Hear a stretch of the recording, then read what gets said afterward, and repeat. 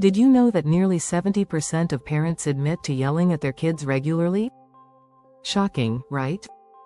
What's even more surprising is that research shows yelling can actually be as harmful to kids as physical punishment. It can lead to anxiety, lower self-esteem, and even behavioral problems.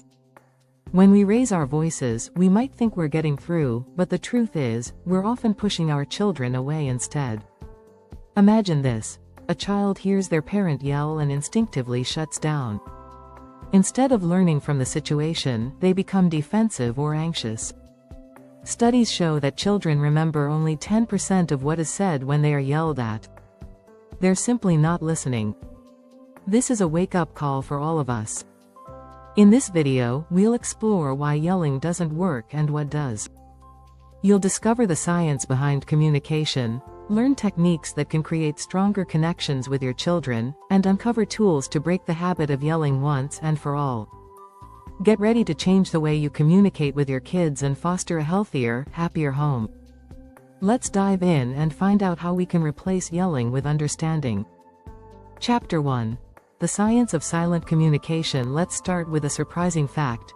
Research shows that kids remember only about 10% of what parents say when they're being yelled at.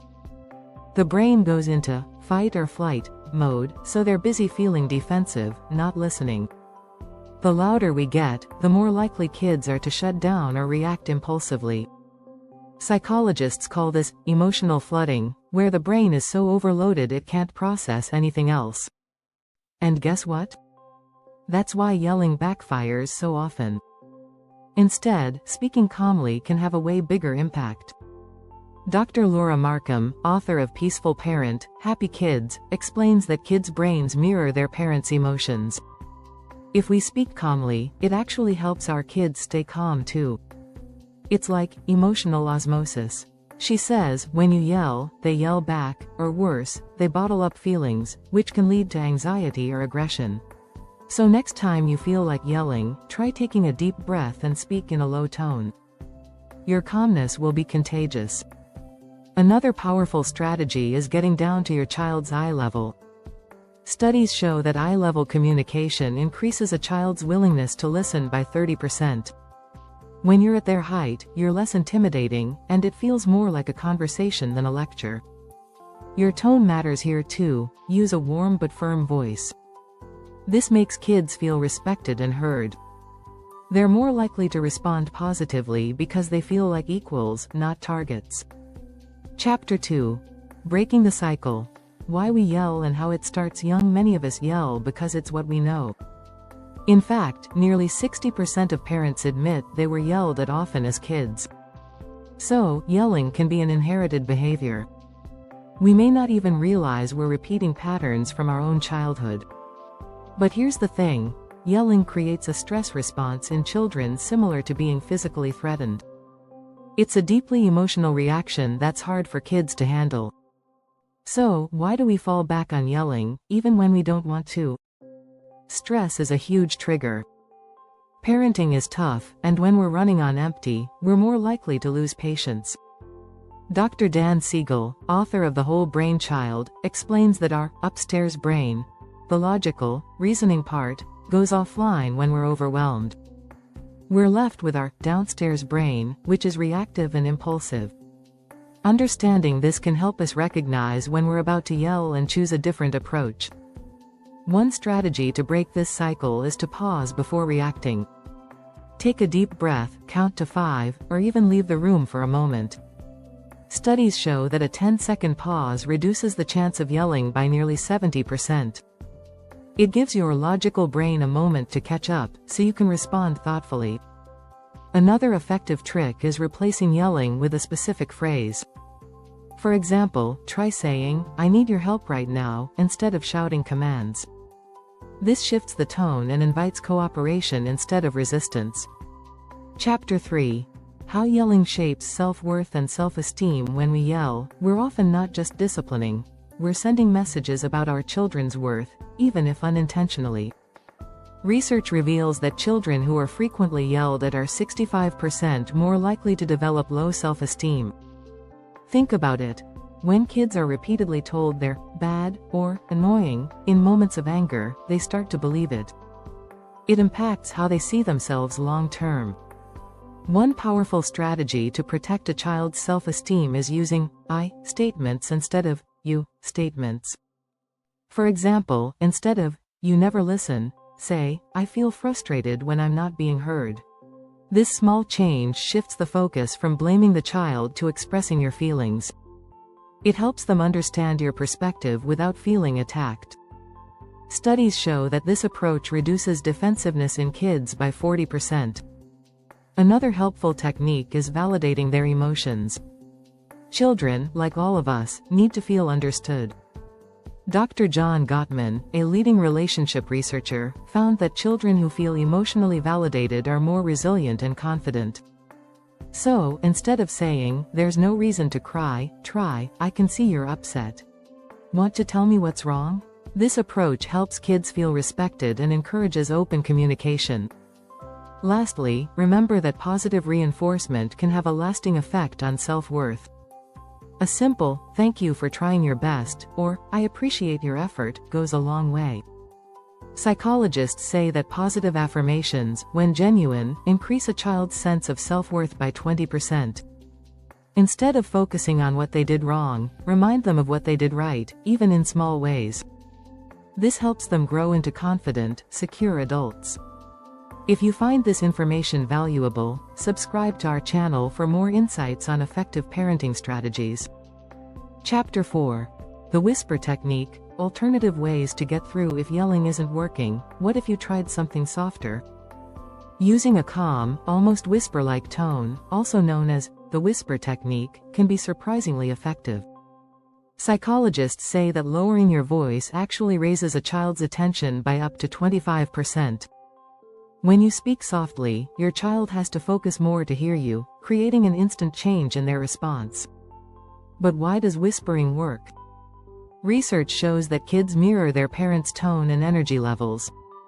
When you're calm, they're more likely to stay calm too.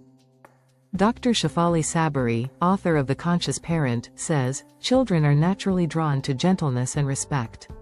When you whisper, they feel safe and open to listening. So instead of shouting across the room, try getting close and using a quiet, firm voice. To make whispering effective, use your child's name to grab their attention first. Saying, Lily, I need you to listen, in a calm tone has a grounding effect. Studies reveal that calling a child by their name increases compliance by 15% because it makes the message feel personal and direct. After all, it's hard to ignore someone who's quietly, yet clearly, asking for your attention.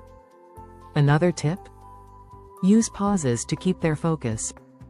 By adding a pause after an important part of your message, you give your child time to process.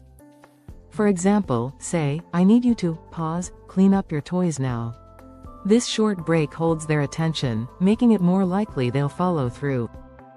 Pausing also shows patience, which in turn, teaches them to respond thoughtfully, not reactively. Chapter 5.